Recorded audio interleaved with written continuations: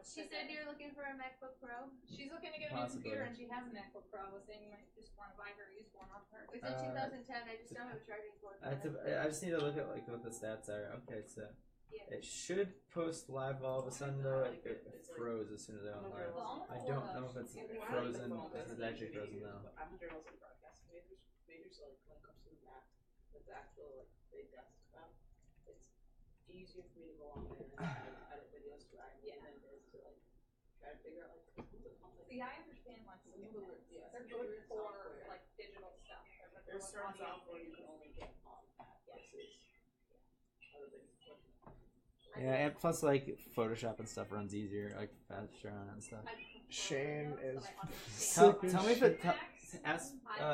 Check on your phone. Hey, girls, can one of you guys be useful and see if we're frozen on the? I'll look. All right, because it says we're not frozen on. We're good on Facebook. I have us live. What is that? They might have us live, but we might be live and frozen. Because it says we're live. I think I might have cussed.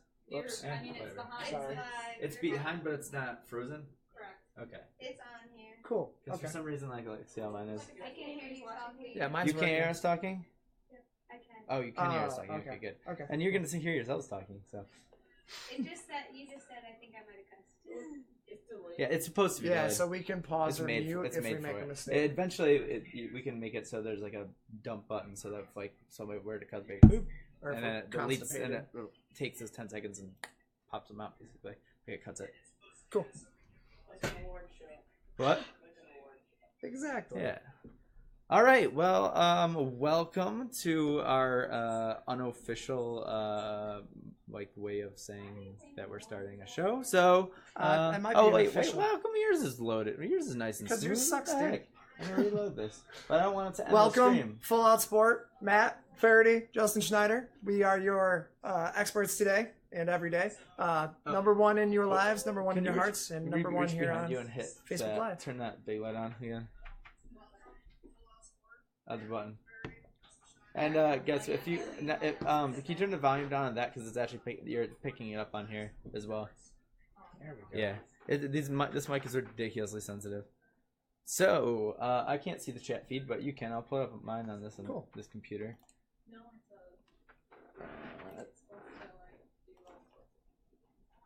What the light? All right, so we got a couple of good topics for you guys today. I just closed my notebook. Do you want to go ahead and talk about what's there? Yeah, I got. Say what we got. We have a few different topics we're going over. We also have a submitted question from a viewer and a close personal friend of ours, Miss Lisa Huck from Rochester, New York.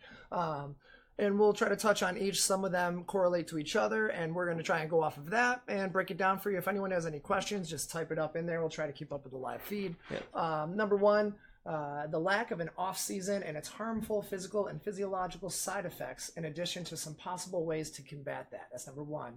Two, strategies for athletes who have been feeling anxious about placements up and coming. We know cheer season's coming to an end.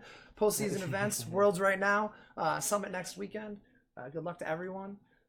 It's like, okay, you're done with your season and you just had the hardest competition. All right, time to go ahead and place and try to stress yourself out. Hope you're ready to do all the skills that you haven't been practicing other than in lessons a couple times a week or in classes. Number three is the importance of proper core bracing. Number four is effects on range of motion due to muscular imbalances and dysfunctions. Number one reason we see problems with range of motion, or as some say, flexibility in cheer in general, whether that's getting your arms up, splits, etc., etc. Number five is stability versus flexibility, and I would even go one further. Say mobility. Thank you. I was going to say mobility, range of motion, extensibility. That's all sort of tied in together. What? Did you want to touch on the question first, or do you want to go through the topics first? I figure we maybe give it just a minute. Maybe we'll see if we can get some people. Dun, dun, dun, dun, dun. Wait, what? I don't understand. Here. So it's you guys, and then it's Matt Faherty and Justin Schneider, so it looks like you're the wrong people. Ah, yes, I can.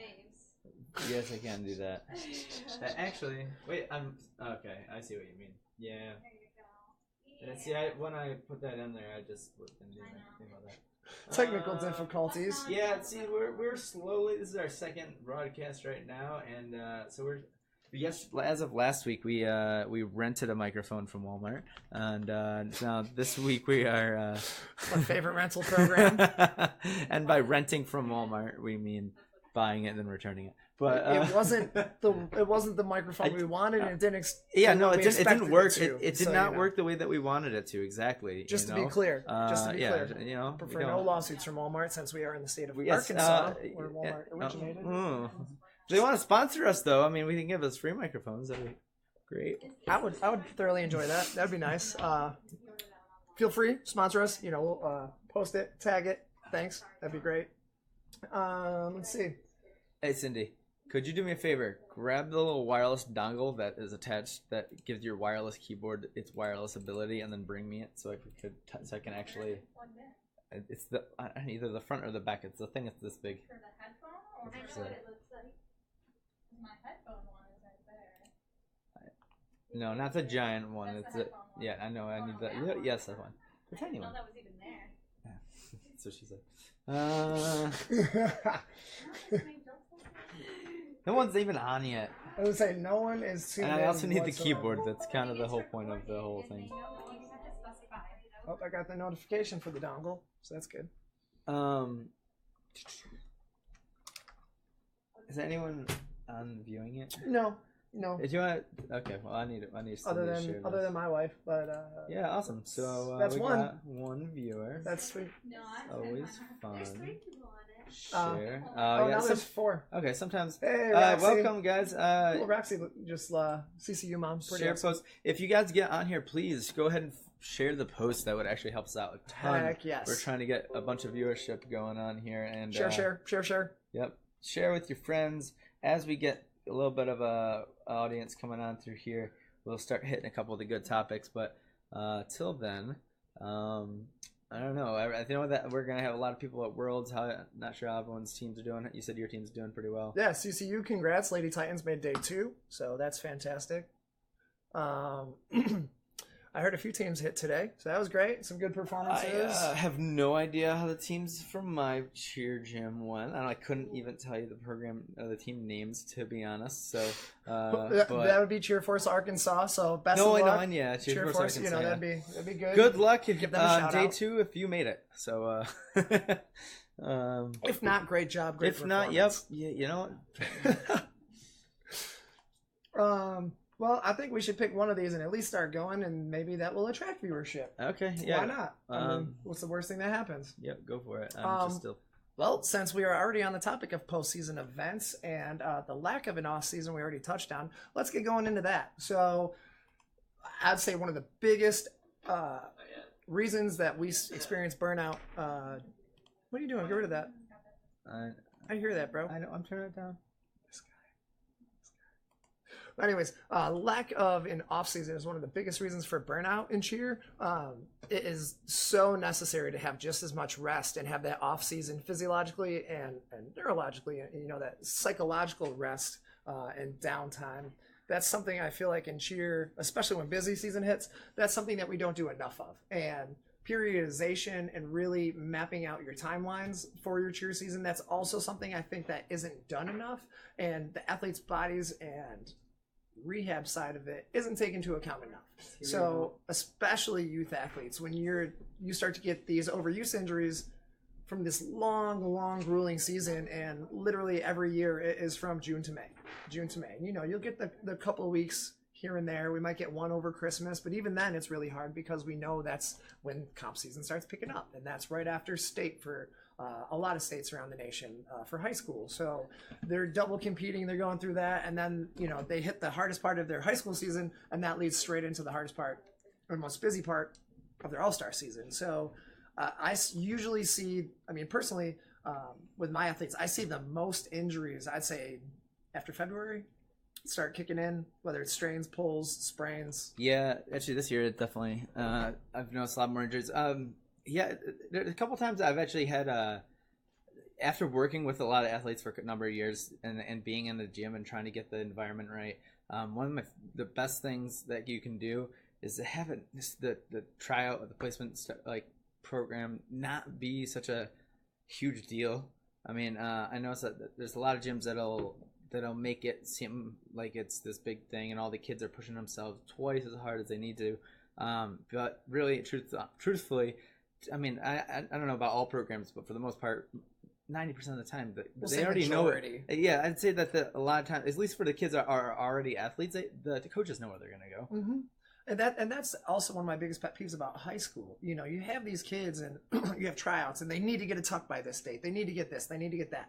And we know as coaches on multiple standpoints that trying to force a kid to get a skill at a certain date is just, it's irrational, and it's going to make them not master progression, not master technique. And that's when we start to see regression, mental blocks, and that fear start to develop because they're throwing things they aren't ready to do, or they haven't mastered the prerequisites to that skill.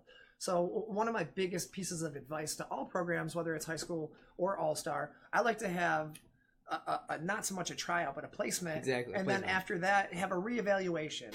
That's the best way to do it. So you can see how they learn, see the track, see the progression, see how they sort of develop, and their work ethic and consistency. And that's really the number one thing for all of us that we want is consistency in your athletes. You want to know what you're going to get from them. And on that same kind of note of, I know you talked about like the anxiousness of the placements, mm-hmm. and at least this year alone, I for instance, the high school placements this year, around here, they start doing that like around May-ish for high school, which mm-hmm. is absolutely crazy to me. But I had at least a couple girls. I mean, a lot of them did well, but I'd had some that, there's these that started to freak out and they're tumbling after regress. I had a girl who was working basically super powerful working tucks, and before the week before placements, she would not even throw a handspring just from being super, super stressed out about just about the program or about trying to make it.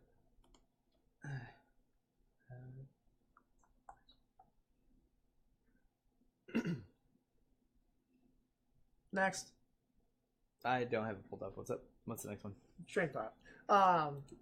So yeah, just overall, that's one thing as an industry, as youth sports in general, is that off season, and especially in cheerleading, that's one thing we need to be super cognizant of. Just wrapping that thought up, closing on that. Any questions? Like I said, just shoot them in.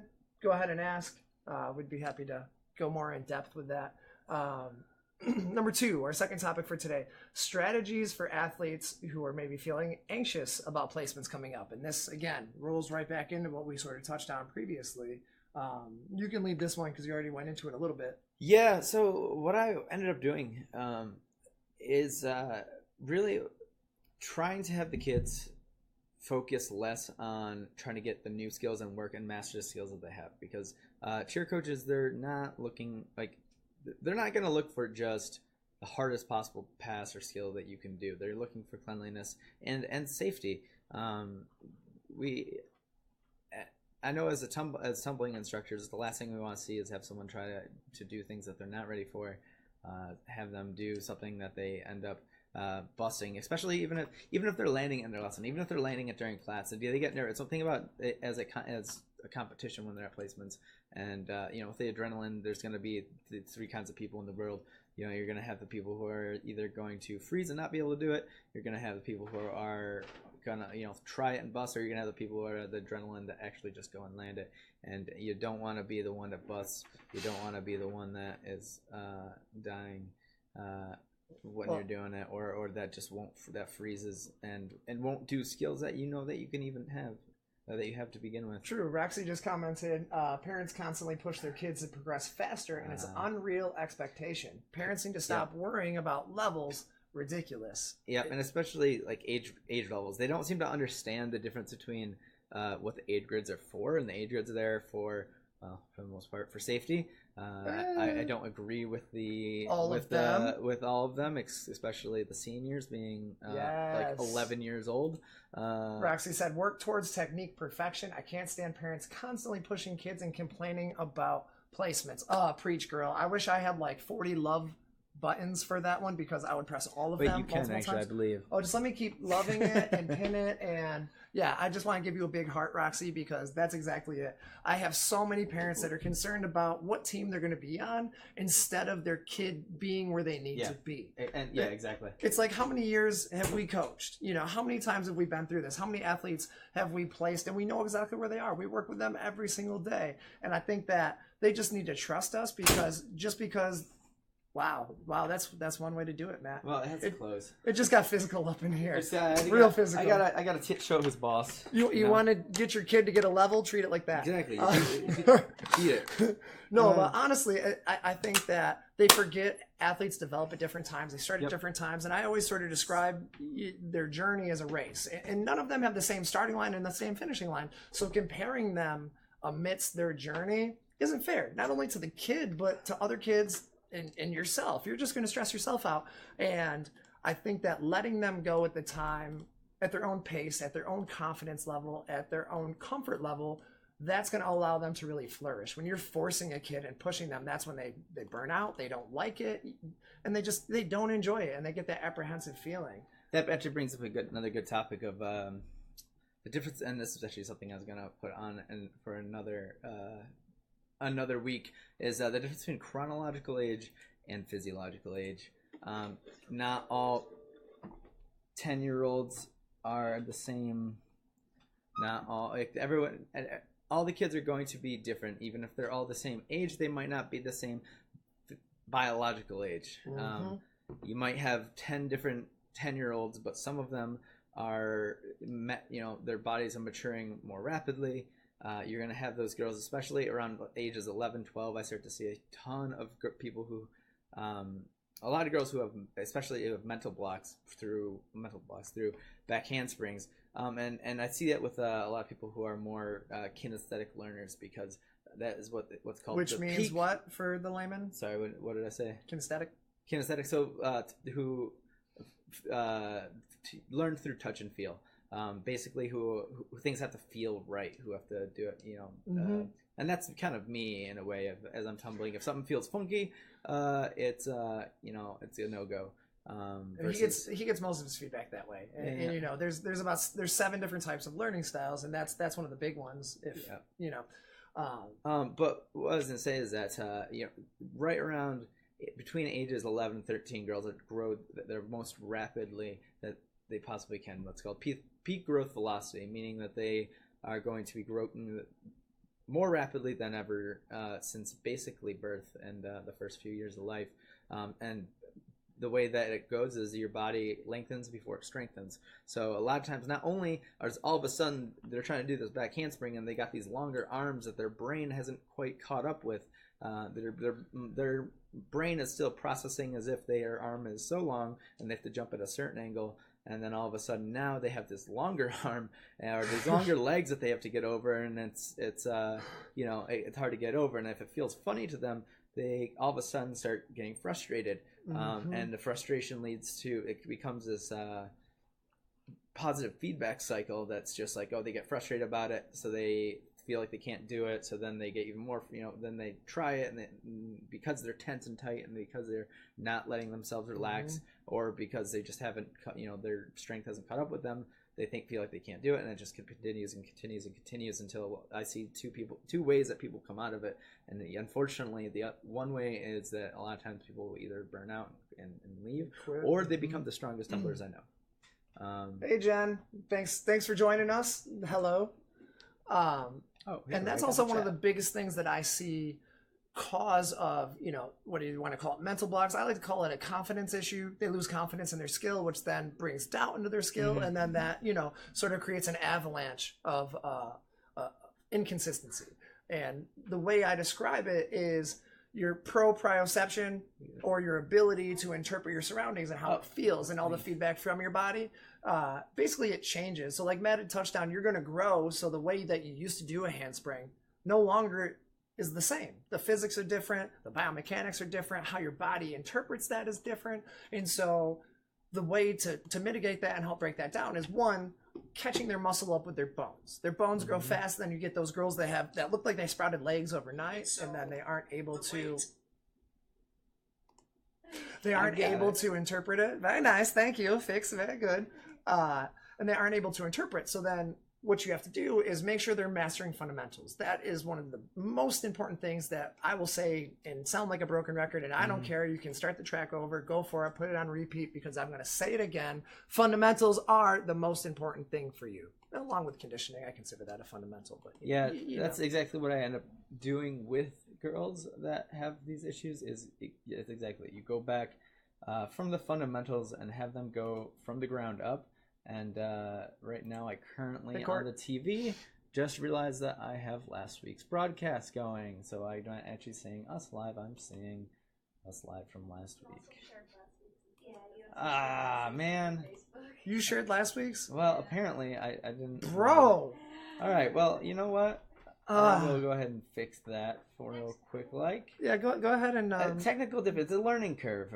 Give us like 3 months and we'll have this down pat. we're below the Mason-Dixon, so the toilets spin the opposite way. And, these accents, and just we're getting used to it. The Wi-Fi is different down here. Yeah, I've been up for literally about 3 days straight, learning all about broadcasting and like creating all this stuff. Mike Catalana over here with sports. Yeah. Rochester fans. Rochester I fans. Ooh, I should probably not have that near the bike. And I think that actually leads to our next topic: stability versus flexibility. And like we had said, range of motion, extensibility, and just. I would say that it would be flexibility versus mobility. Stability, I feel like would almost fall another. Like they're tied together. But it's like a prereq. Yeah, exactly. That's my thing. Is it comes before both of those things. Just like we had talked about how your bones grow faster than your muscles. If it doesn't have muscle around the joint isn't stable, so it moves. It's like all slashy. And think about that. If I'm trying to rebound into a tuck, or I'm trying to even rebound into a handspring, and your knee does this, is that a comfortable feeling? Do you feel confident in that?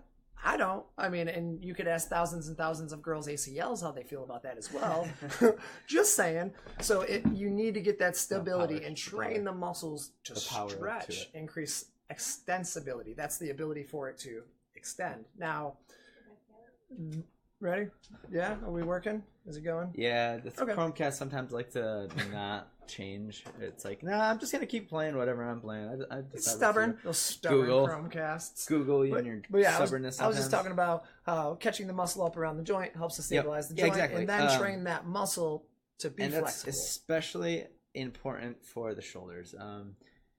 As somebody with a shoulder injury, I can't tell you how much I see this in tumbling with either the head out or the arms in, or the arms not getting by the ears, which are two sides of the same coin. But when your arms aren't completely by your ears, when you don't have that straight line, all that force is while you're tumbling is being distributed through your wrists, your elbows, your shoulders, and when you have that straight line, it even skips down to the next weakest part of our body, which is directly below the middle of our back to our lower back. Yeah, and exactly. We see a lot of overextension with that. We deal with a lot of injuries from athletes doing that. Yeah, and with the shoulder is basically is literally your muscles every time you move it are trying to pull your shoulder out of its socket. There are muscles that are literally trying to pull it out of its socket. The only reason that keeps it in is that you have other muscles that keep them there. They called your rotator cuff. Your rotator cuff is the only reason why your shoulder stays in its place, and it is not worked on with most, nearly as much as it should. It's literally like a golf ball on a tee. That's exactly what it is. And if these muscles are pulling or twisting, it's going to create torque, and that's going to make it pop out. So those of you that my little sister, in fact, she had hypermobility with her shoulder popping out of socket. So she'd lift her arms really fast. She did pole vaulting in high school a little bit, and every time she'd go to walk, it would turn and pop out because of some of those muscular imbalances. And what we mean by muscular imbalance, in other words, is if all the muscles aren't doing the jobs they're supposed to, muscles take over. Exactly. The bigger muscles go to do that job. And if that bigger muscle is always doing the job, like if your back spot's the only one ever lifting up, they're going to get tired, and your bases aren't doing anything. They're going to be weak, and then when you go to compete, and blah blah blah, and then it's going to fall, and then your coach kicks you, and it's not good stuff. So you got to really make sure you are strengthening 360 degrees. You are stretching, taking the time. I mean, I would say an assessment. That's my thing. Is I always say assess, then get the strengthening. If you don't know what that means, go to a certified expert that can give you a functional movement assessment. And that's something that we. I mean, in all honesty, we don't do nearly enough in this sport or any sports, or honestly, a lot of the fitness in general, and is assessment. As there's no way to really measure progress. How are you going to measure progress if you don't have a baseline? And that's the huge ding thing. ding ding. We need that soundboard, because that would be I'm working on it, man. You're giving me a few more weeks, all right? It's a process, as Matt says. It's a process. We're just starting. All right. So next topic. Cool. Let me see here. I mean, effects on range of motion due to muscular imbalances and dysfunction. We already touched on that a little bit, man. These topics roll into each other today. I'm digging it. That's what I feel like. Is that like the plan? I feel like fitness. I feel like fitness is kind of. It's always like that. It's like all these books. They can't see them. Yeah, I know. I have my library of books behind me, and they all of them basically run right in. Every single one just has topics from the other. And everything kind of fits together as a puzzle when it comes to sports performance. All right, where were you at here? We're on. I was doing number 4 next. Okay. Touching on that. Hey, Gretchen, thanks for joining. Tell Jason I said hi and give little G a hug for me. I don't know why your computer's always good at getting the chat. Mine's just like, nah. I'm good. I'm just gonna. Your computer's at home. It's complacent. Yeah. Mine is out in public, so it has like I can see how many people are in here. But I can't see. I can go to a breaking news feed. That's great. Ooh, cool. What's going on in the world today? That's what I'm really curious about. I don't understand why mine fails so much. But again, going back to range of motion. And muscular imbalance, again, people confuse range of motion with flexibility. Yeah. So one of the things I see it the most in the shoulder, again, coming back to shoulders. She's a little sensitive about shoulders. I'm a little bit, just a little bit. But I'll do lower body. You take upper body. I'll take the upper body. So I see a lot in back handsprings, people won't get their arms all the way up, and even the handstands, people won't get their arms all the way up, and so you see kids that they seem like they don't have flexible shoulders, and so you have these coaches cranking on their shoulder, and really all that's doing is stretching the capsule. And actually, a recent study that I was just reading, literally in the first couple sessions, if you're doing extreme stretching and really trying to push, all you are doing is building up its resistance to pain and increasing extensibility slightly. It is almost negligible how much you are increasing that extensibility or flexibility, as some say. So pushing them down with that forceability is just basically making your muscles, that doesn't hurt, but that doesn't mean you cannot hurt them. That is not the same thing. Just to be clear. So with I wish I had my little gymnast Jenny little things I could show exactly. I have 2 of them at the gym. I almost brought an action figure today. We know for next time. But we'll say, you'll see that girls laying on the ground and people coming up and pulling their shoulders right from up, and that is the absolute worst thing you can do. That's not what needs to happen. 9 times out of 10, like if you have a kid, I'll have them just to kind of prove the point. I have somebody lay down and I say, okay.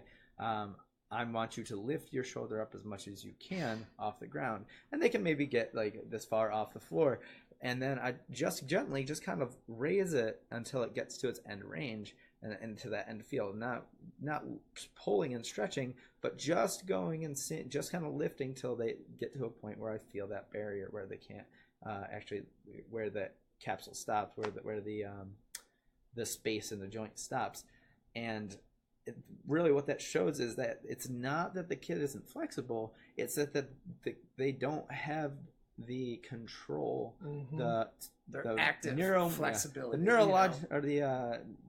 neuromuscular control, or neuromuscular efficiency to be able to... One of my favorite words. Ding, ding, ding. To be able to use that range of motion. So what you need to do is exercises that make them activate it. So I'll have them lift up as much as they can, and then I'll hold that right there, and then I'll tell them first. I might have them actively do it and me guiding it, but actually having them could be lifting and controlling, and eventually you slowly start to build that muscle. The muscle and the really the neurons of the brain being able to communicate with that muscle.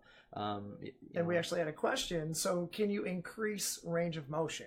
And that is a definitive yes. I mean, unless you're a whole genetically can of worms predisposed, right that's different. If you were just genetically not gifted, I'll put it nicely, and you have real trouble, you can increase that. But part of it, like we had talked about, the biggest thing I see is we have that upper cross. So we see these trap muscles up here. They're overactive and doing all the work. And athletes after being on the computer, sitting here literally, for the past 2 days.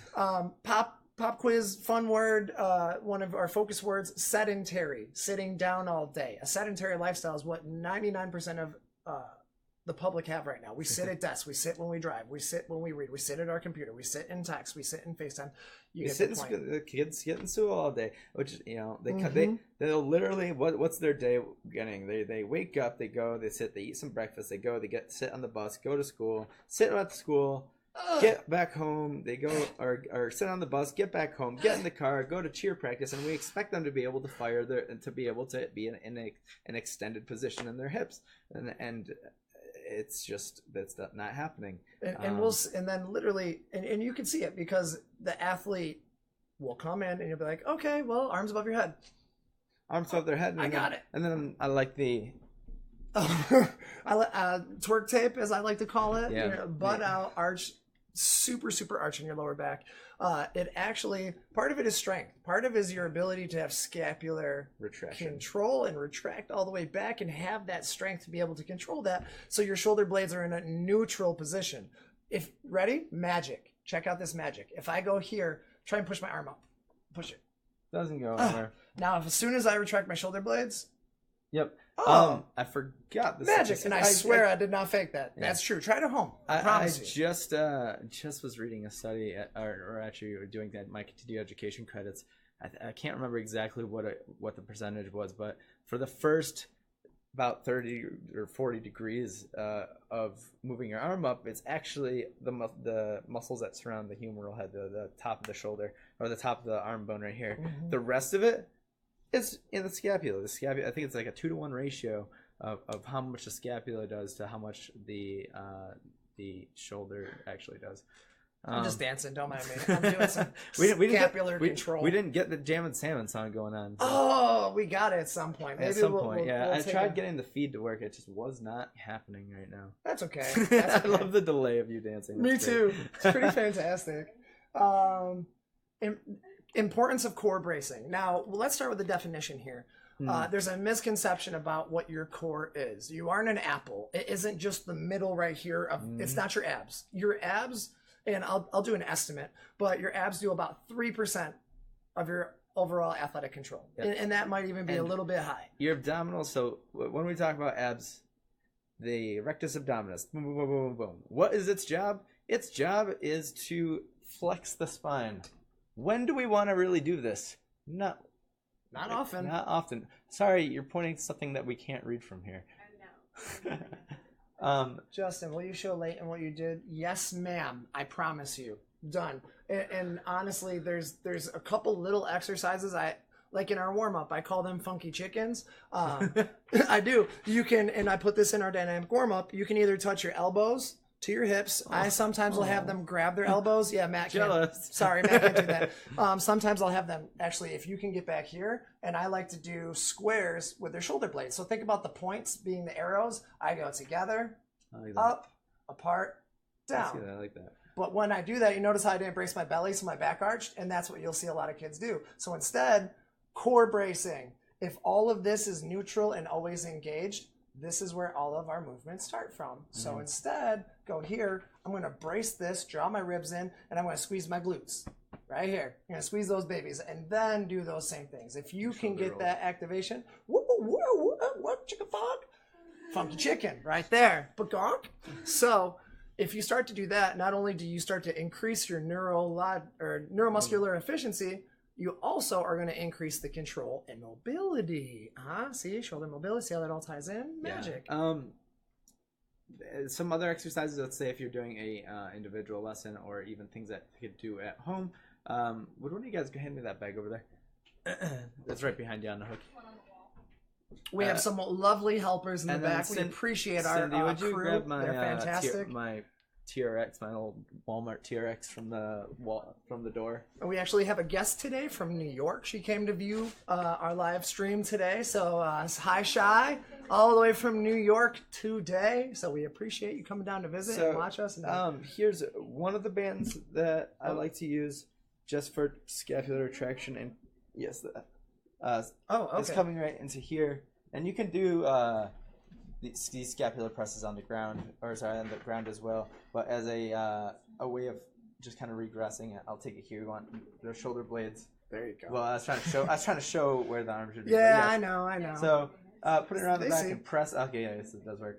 Pressing and then letting those shoulder blades come back, and then extending and bringing them back. So you're doing scapular protraction and then slow and controlled retraction, and as pulling well down, then pushing. The other thing that is that you want, and I like to have these. His bag of goodies. Yeah, my bag of goodies. This is all my own physical therapy kind of work here. It's so funny because I literally have my shelves up and I'm like, what do I want today? What is your issue? Let's fix you. I'll take this, I'll put it around a pole or at the gym or something, or that I can wrap this around. You want to be my look at it. Wrap it around me, bro. And coming from here and just pulling it back, doing just doing some rows, basically. Brace your core, bro. I know. Do you even brace your core? Yeah, no. Is doing some rows like this. Coming back to rotator cuffs, since I have a dummy,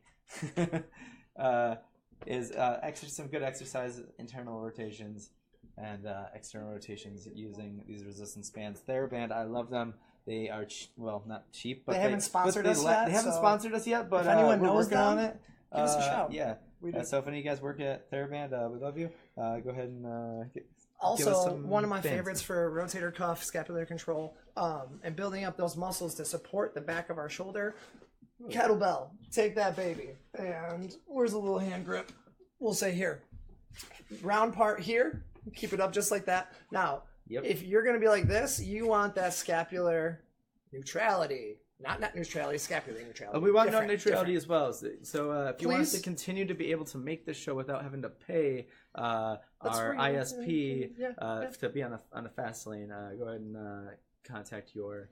And so you're going to see it isn't so much the up, it is the deceleration. And what that means is slowing down for those of you that are still in earth science and haven't gotten to physics yet. Love you. It's okay. It's okay. We're here to learn. So you want to slow this down and control it, and that's where you're going to feel most of the strain. This part for me is the easiest part. Really, coming all the way down from never mind. Sorry, just kidding. So that'd be your coming down. That'd be your eccentric muscles of your. Exactly. Okay. The one other one. This one is I'm gonna pretend this is either a weighted ball or a kettlebell. But I'm not going to do it on my bad shoulder because it doesn't lift that high. But I'll just put it, and this one I did at PT all the time, was that keeping those shoulders down and then just being able to walk around. And I would have them walk down or me walk down and back, just do a couple laps, switch arms, do the same thing. Do that again. So show me what a normal person would do. Like if they did it, they try and resist and like push up and be in this position. Again, you notice how the shoulder blades up. They want to draw this in. They keep that tight and they don't squeeze this into their head. You know, I literally do this in every single one of my conditioning classes for my athletes for shoulder stability. The purpose of that is as that ball is up there, you are a weighted ball or weighted kettlebell. Your muscles are constantly having to fire to keep that balance there constantly. You might not realize it, but it's a complete constant. I think that there's a misconception in a lot of these exercises that we do that the kids need to be doing tons of them or high weight, when it's not the case. Really, just even if it's a decent, like maybe a 10 pound for a lot of kids, 5 pounds.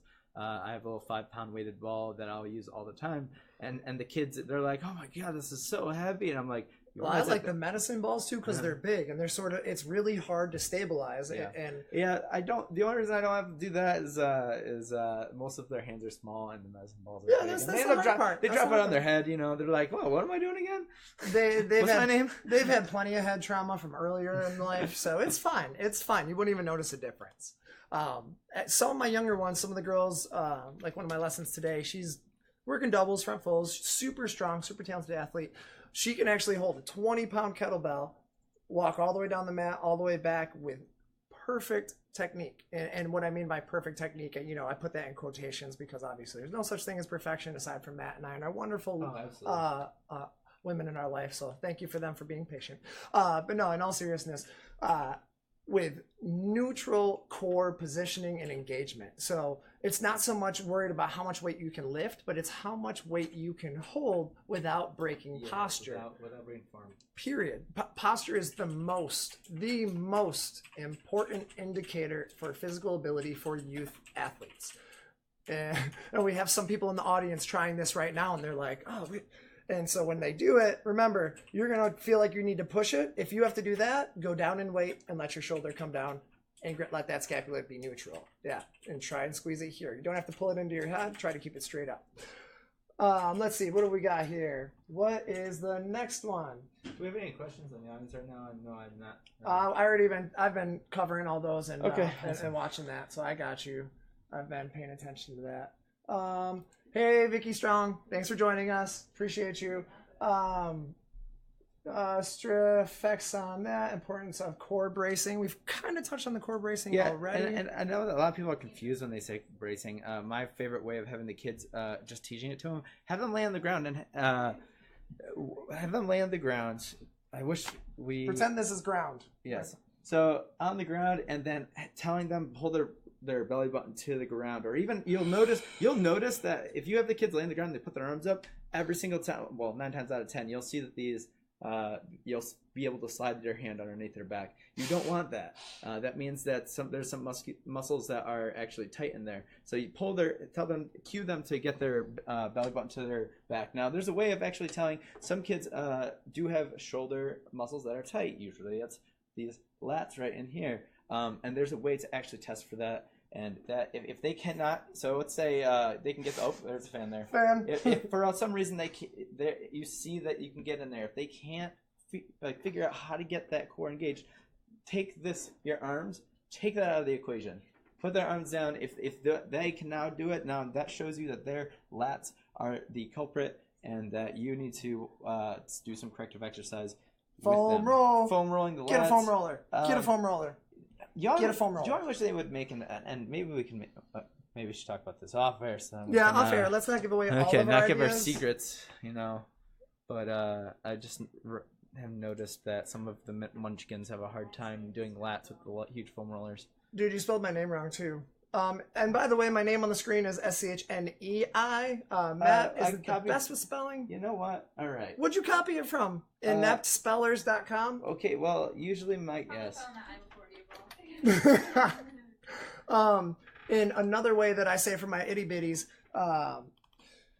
basically when they're on the ground, and one of my 6-year-olds does this cutest thing. She still has a little bit of her baby belly going, and Me too. when you're athlete, yeah, Matt does too. It's okay, it's cute, it's endearing. So what you want to do is I have them exhale, taking a deep breath, and exhale until their belly is all the way in, and then hold it. Be able to hold that position. That is how you brace your abdominals, like you're squeezing your belly button to your spine. Yeah. All right, that is the middle checkpoint. Obviously, shoulder blades together, ribs in, draw in, brace, squeeze your booty. And you can notice how I went from here to here, and I straighten out. That's our goal, straight lines. Neutrality of our spine. I see your stuff keeps on coming in, girls, but it's I have things on here that. What things? I keep on getting messages from them that I'm trying to send messages to me. I have a small screen. There's a big screen. He has a much bigger screen. For me, it's like this tiny little thing in the corner when I'm trying to be able to read the chat. So if you guys could just send those messages right over to Justin. That would be you great. can forward to me. I'll be our social Yeah, liaison. he can, because right now I have our thing, and then I have Teams open, so I have to keep on going back between Teams and Hangouts and all that. It is a giant. Do you want to pain in get the to butt. our question we have submitted from Miss Lisa Yes, Huck? is Would she you like happen touch to be on in that? the audience at all? Or? I don't think she is. It's That's super okay. late It'll in New be- York. She has to be up early. She has real jobs on top of jobs. So, you know. That's all right. We'll just send her the video. I'll afterwards. tag her. It's fine. It's cool. You know. So basically, Lisa submitted us a question this week, and it's, I have a few teenagers that have had back issues over the last year after tumbling from whips. The doctors are saying that 2 of them now have scoliosis.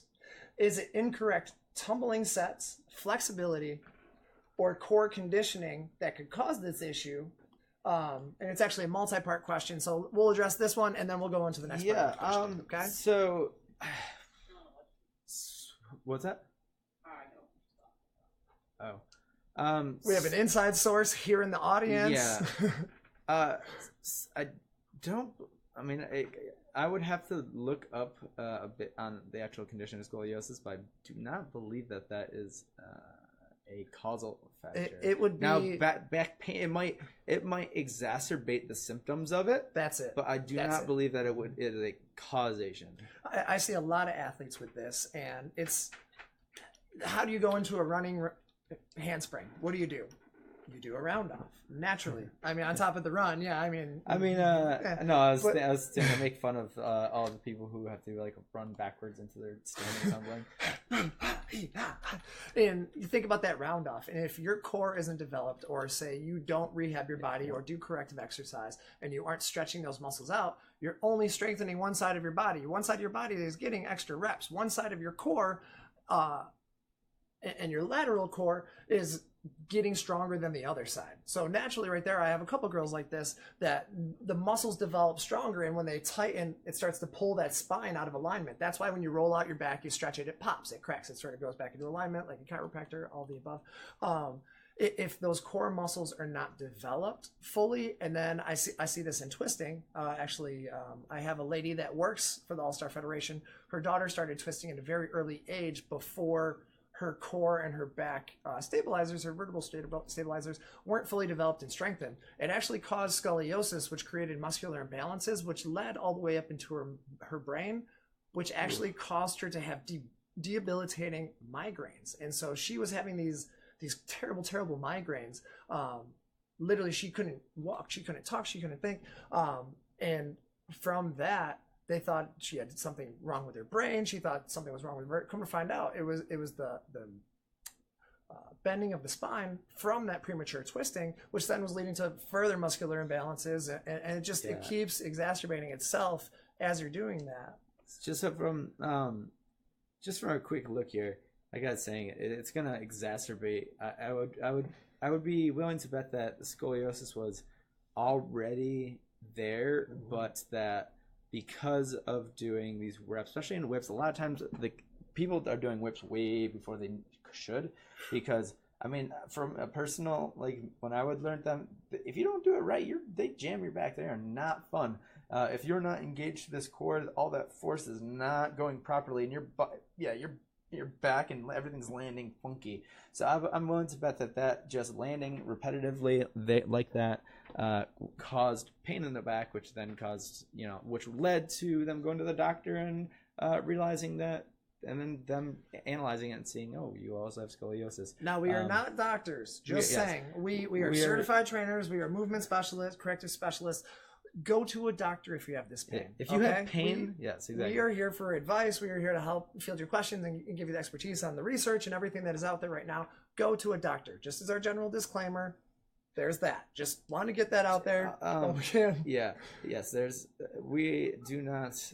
Yeah, exactly. We're not allied health professionals. We are here to prevent the pain. Once you have it, then we can't touch you. Well, basically. and that's the difference too. And I've explained this to multiple parents, and actually PTs have brought athletes to me because PTs will address the issue, the pain, the hip dysplasia caused by your ankles turning out and having flat feet, which then creates overactivity all the way up, blah, blah, blah, to your hips, which then makes your hips start to turn, so on and so forth. You get what I'm saying? There's a cause and an effect. And what we do, we help address the cause before it creates the effect. That is the goal here, is to help prepare your body so you don't have those effects. You don't have all the pain. You don't have all these injuries. You are prepared for what you're about to do. And touching even more on the whips, I see so many times where the arching is coming from the lower back. Yep. Your lower back, I don't know if you know this, but your lumbar already has a slight curve in it. And if you keep bending that, you are pinching all of these vertebrae. You are pinching them. I've dealt with 2 athletes already this year that fractured their L5s from that. They don't understand they need to stretch this way. And not them. I'm not saying that they're supposed to, but coaches don't even understand. And all that's coming from those, and again, it comes back full circle again to the anterior pelvic tilt, and which was the slight low. The twerking stance that a lot of people have. If you have people, I say this to girls all the time. They'll have these arch in their back, and I'm like, you need to straighten out your back. She's like, and they go, oh, I just have a natural sway back. No, I go, no, there's no such thing.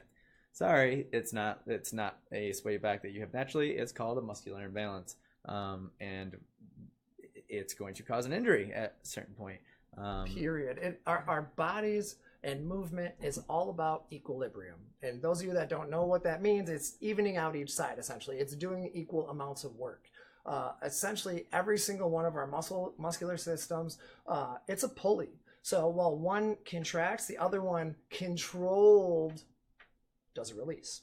So it starts to extend while the other one contracts, and it's that give and take. Well, if one isn't able to contract properly, it goes poof, and the other one goes poof, and you're doing that constant slamming and moving back and forth, that is creating extra force, extra tension. You get what we're saying. Yeah. And that actually, and on that, where you're saying that the muscles, each one does one thing, as one muscle contracts, the other lengthens. What ends up happening a lot of the time, and what causes these things like the anterior pelvic tilt, is that the muscles are, like we talked about earlier, how the muscles start to kind of learn one way. The more the muscles fire, the more they wire.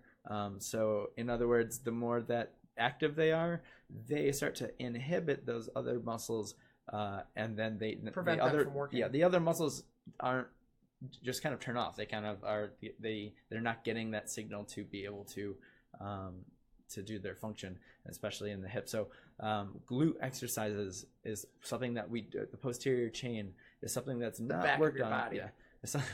I got you, dude. The stuff that we're not working on that we need to work on as coaches.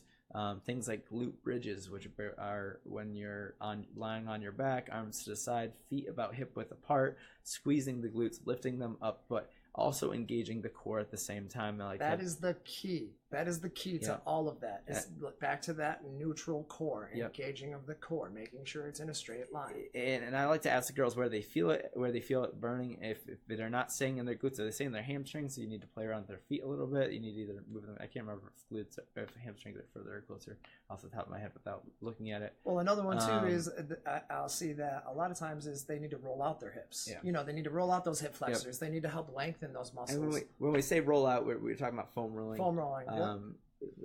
Get them. They're going to be your best tool, and I'm surprised that they are starting to catch on a little bit once in a while now. I remember about 5 years ago, I would bring one into the gym, and people would be like, "What the heck is that?"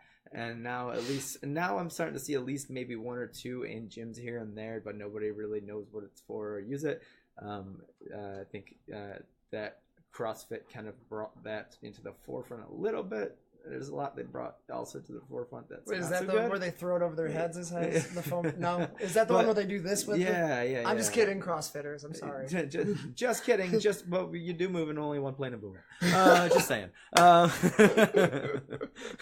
But me going in sitting in a straddle, I am not the most flexible person in the world. Give me 40 minutes on a foam roller, my face hits the floor. And it's amazing to me that coaches don't use them with their flyers. And then the other thing I see is that when people do use them, they're using them improperly. A lot of people think when they say rolling, they're rolling back and forth really quickly, and that's the opposite of what you want to do because But we're not going to go into that this week because that's our teaser for next week. Okay, good call. Just going to say that'll be our topic for next week. We're going to go into foam rolling, teach you how, teach you why, and explain the benefits on your flexibility, range of motion. we should if we're gonna do that next week, we should try to find like like we should do a gym so we have a little more space. Because I'm not sure about you, but I'm not sure if I'm gonna be able to film roll over here. We could do it. Sidewalk. We'll go out to the concrete. Yeah, we're gonna sidewalk. It's fun. It's Take fun. we're gonna take a field trip next week, maybe. Yeah, we might field trip. But down quarter mile down the road. You know? I'm fine with it. I'm fine with it. So going back to what we started with whips. Yeah, Again, we got really off topic there. We That's do all right. this. That's why people tune in for the banter. You know, we get really far down the rabbit hole, and then we didn't leave enough breadcrumbs to get back. So I try to remind us to get back to the theme. Reminder: the bending and the stretching comes from your upper back and your shoulders, leading all the way back to one of our initial topics, not your lower back. That is braced. It creates like a rubber band effect. So if that's tight, it whips and snaps through. Positioning of your feet. Position your feet slightly in front to help you go up and back. That is one of the biggest mistakes I see kids feet behind them, so they have to overarch and their body makes up for it because they know what it's trying to do. Your brain is like magical, and we can go into some of that next week too. Yeah, one thing, just like what you're saying, feet in front. One of the great ways that I remember, in addition to I love to teach the kids this for 4-foot positioning. Going into skills is I say red light, green light, basically, and out of skills for that matter. In and out of skills. Mm-hmm. Yeah, with the connection between them.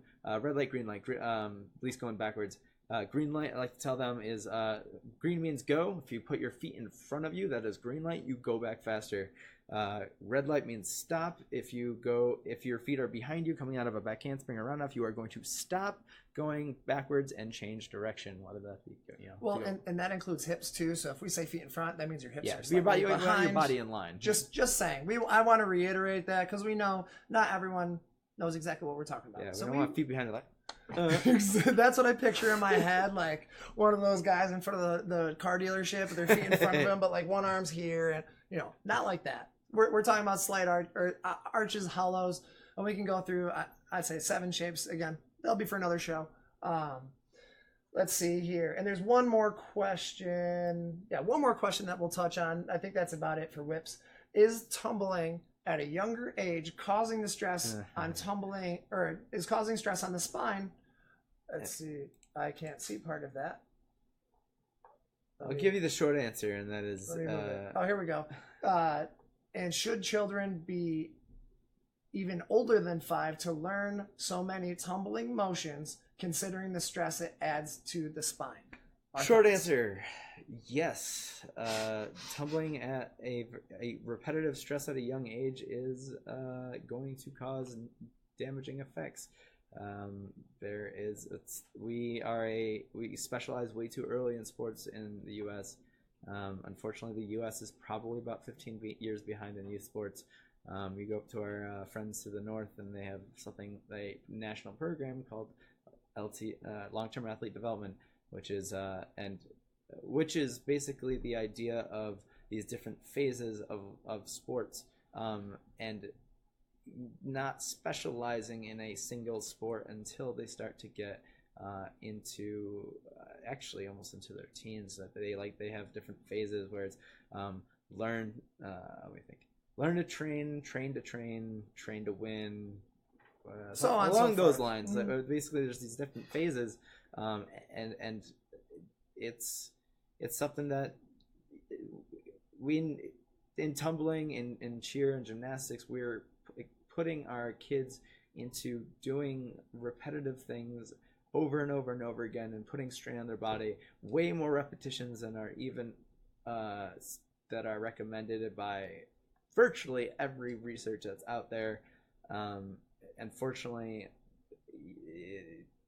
where we have to go to change that's a huge it has to come milestone. from us as an industry, and yeah, it starts at the top. Youth sports in general, and I think a multifaceted battle. In other words, trying to get from the top and get from the bottom and trying to work your way in. If we can get to as many people as we possibly can, that's why we'd love if you'd share our show. We would love to have guests on here. We just added functionality to have people Skype video call in. They can call in. I just don't know how to use it yet, so we're working on that. It's okay. That's okay. It's learning. It's learning for all of us. We're all here to learn. Coming back to the question, though, when I know that there's so many parents that they get their kids involved in cheer, and as much as I'm a cheer coach and that's how I make my money, I say, don't just make your kids do like one thing. And I'm not saying have them do lots of sports at the same time. What I'm saying is encourage multiple different sports. A lot of times I see girls who just aren't enjoying cheer, but they continue to do it over year and year.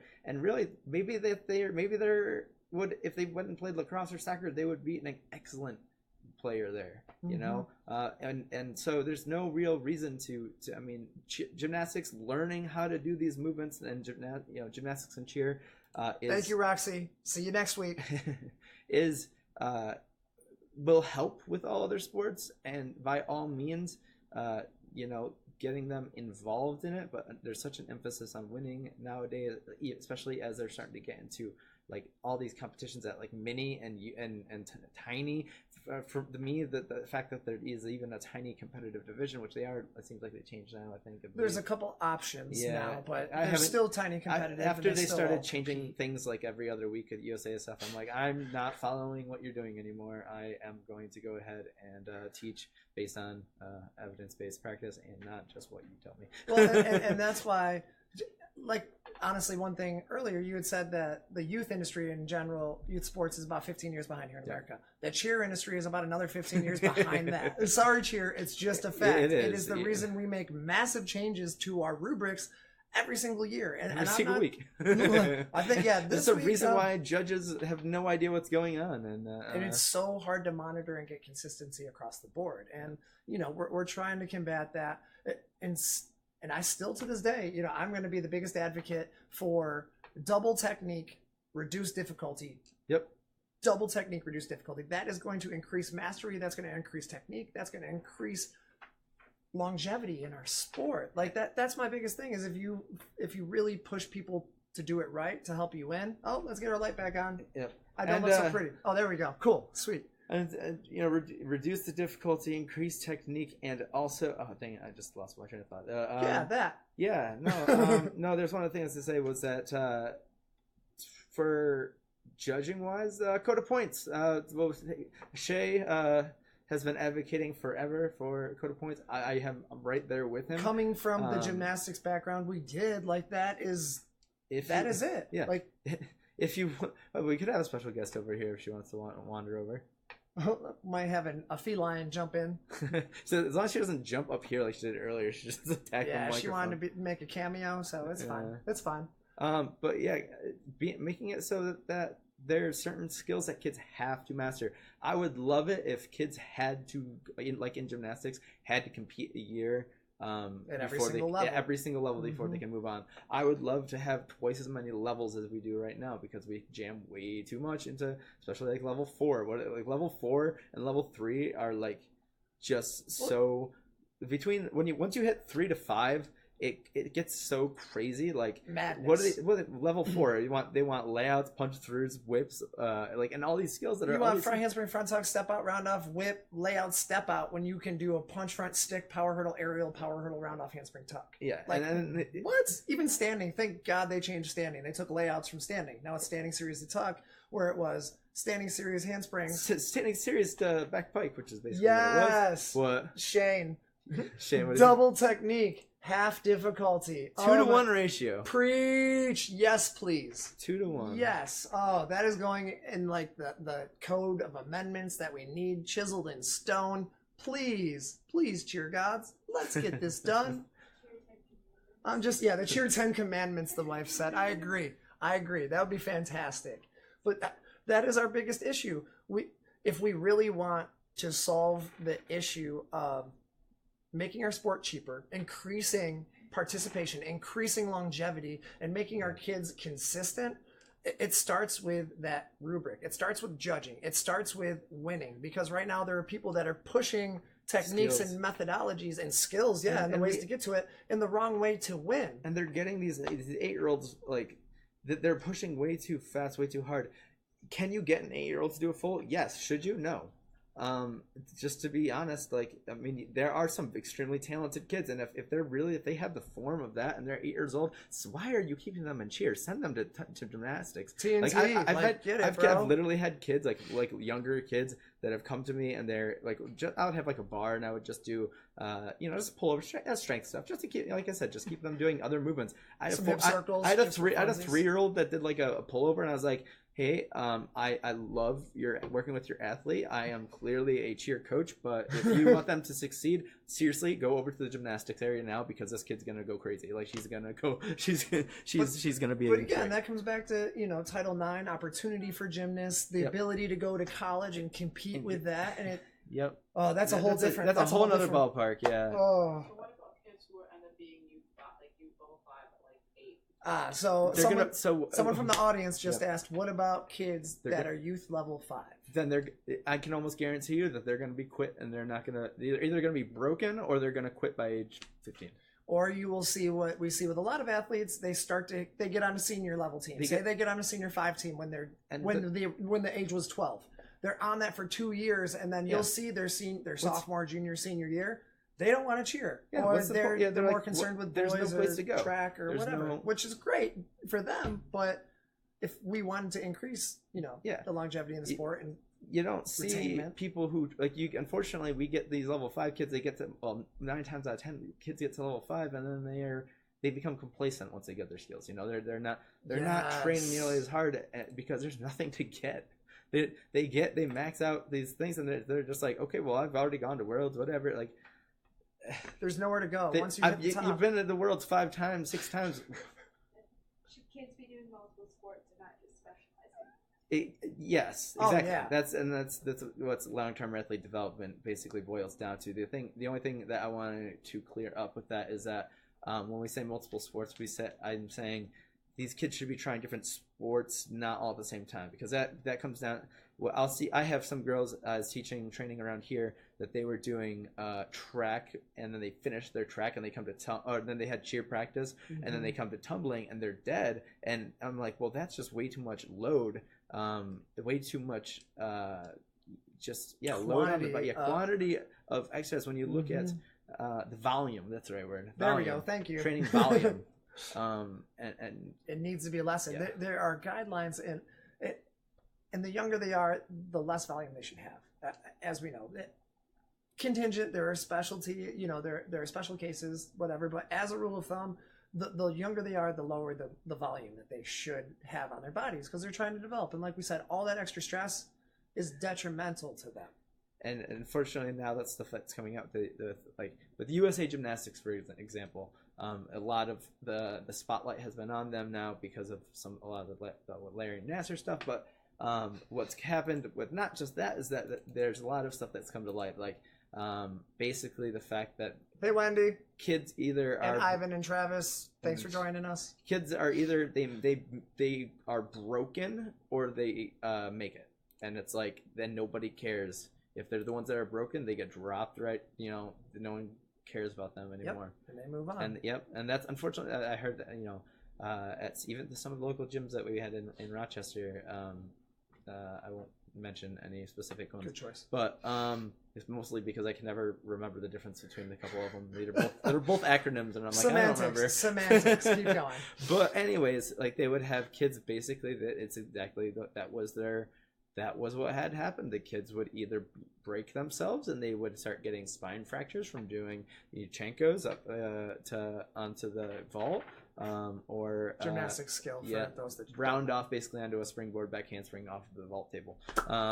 And they would, after doing that hundreds and hundreds of times during a practice, over a week, after basically for 40 hours a week, which is ridiculous. They would start to either make it, and they would be just genetically dispositioned to have that, to be able to work through that, or they would end up hurting themselves, and then in which case they quit and no one cares about it, and they basically just ruined a child's life. I know at least personally a handful. Or at least of- just their hopes and dreams. Yeah, No big deal. Well, not No big even deal. that, but I know multiple people who have spinal fractures where they literally after they were 12 or 13 when they got these spinal fractures are now affecting them through later in life. They were ruining their and unfortunately this happens in the cheer as well. Where there's a lot of kids that are getting these serious injuries, ACL tears. That's going to follow you for the rest of your life. You're not going to be able to run without some kind of pain or discomfort, and these kids are getting them at 12, 13. Well, and one of the craziest things is just the attitude about ACL tears. When I traveled to the USASF regional conferences back when we had 5 or whatever it is, you would not believe the amount of people that came up like, "Oh yeah, I've torn my ACL twice." Yeah. Oh, and I'm like, "Why are you laughing? I don't. God, that's not funny." And fun fact, another one: you're 25%. Females are 25% more likely Sorry, to girls. re-injure that same exact ACL that they already tore. And they're also just more likely. Unfortunately, girls, you have wider hips. You you're more predisposed to a ACL tear than guys. Knees go in, creates torsion on that little ACL right there. Because the hips are wider, the legs come in slightly. If you want to be technical, it's called your Q angle. Yep. And girls, your quads are part of the thing that stops your knees from going in, whereas men, hamstrings more. The time that you're most likely. Remember how we said we strengthen or we lengthen before we strengthen, and girls hit their peak growth velocity around ages 11 to 13, and that is when you are most likely going to have that happen. So that's where we need to be the most cautious with people. That's when we need to be. That's when we need to. Their hips are wide. They're hitting puberty. Their bodies are changing. There's muscle even trying to catch up with the bones. and there's even some research, although it's kind of equivocal, meaning that there's some research that says one thing, some research says the other, but that's basically research in general. But there's some research that even says that there's hormonal changes to the structures due to hormones that'll make them more likely to higher elasticity, exactly. more bending, less stability. Yeah, exactly. That'll make them the cartilage more likely to tear. What is that? Estrogen and reflexin, something like that. I don't know. I'd have to look at the research exactly. Something like that. But they're don't quote us. I think that's about it. Does anyone have any final questions? Any final thoughts before we wrap up? It's been an awesome session today. Thanks for everyone that tuned in. Anything? Anybody? And don't forget, this will be. I believe this is going to continue to be up afterwards. So feel free to share it with your friends. We appreciate all the shares every single week. Yes, all the time. We really appreciate it. Yeah. We're doing this to help the youth athletes, the youth sports in general, and that is our mission. Yep. So exactly. Just share us, like our page, hit the subscribe button, or is it subscribe on here or follow, whatever it is. All of the above. Eventually we will be putting some of these on YouTube. We'll be streaming to multiple places at once. So keep an eye out for any posts that we have in the future as we continue to learn more and more about how to do all the technical aspects. It will get better every week, we promise. This was literally an idea we had when we were driving in a car for 6 hours, and like a couple weeks later we just threw everything together fast as we can. And those of us that know Debbie, Deb was like, "Oh, you need to do that. Can I be on it?" And we're like, "Yeah, you're Debbie. Yeah, of course you can. Like, come on now." Well, here we are signing off. I know what's coming. I don't know if everyone else does, but I know what's coming. It's okay. Here is our sign-off song. We appreciate everyone. Those of you that do not know this is the Chemical Brothers. This is and the official Salmon Dance sign-off song that is that we totally licensed to be able to broadcast. Yeah. Thanks to all of our friends that we're doing this. You're doing it through the TV? No, we don't. But it's okay. Let's see. Is it going to play? Oh, never mind. It doesn't have an. I know we can't. I was just going to say that otherwise I was going to. I turned the volume down because I was ahead at what? Wait, there we go. I got it. Oh, here we go. Okay. Put it omnidirectional on. Hang on one second. Yeah, turn on the Omni. Thanks sorry everyone for blowing hanging out ears. There we go. There we go. Cool. Well, Again, thank you everybody. If you have any topics or anything for next week's show that you want us to answer, If you were just the person that just signed in, I'm sorry. But you know, hit Who just signed rewind. Hit rewind. I don't know. It just was. I just saw the number go from like from 4 or 5 to 6. be kind, rewind, tune in, save your bodies, preparing for the skill. Let's go. Have a See you great guys day. next week, hopefully. Right? What are we gonna do next week? Yeah, next week. right. See you next week then. Saturday. Tune in. You got the kill switch. That's Saturday. I forgot about that. See y'all. Thank you.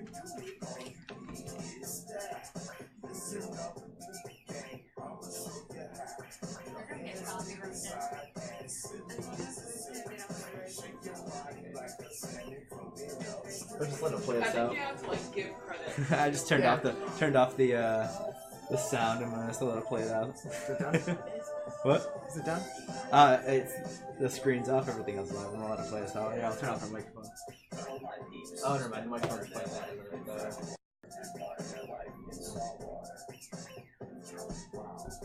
So when an app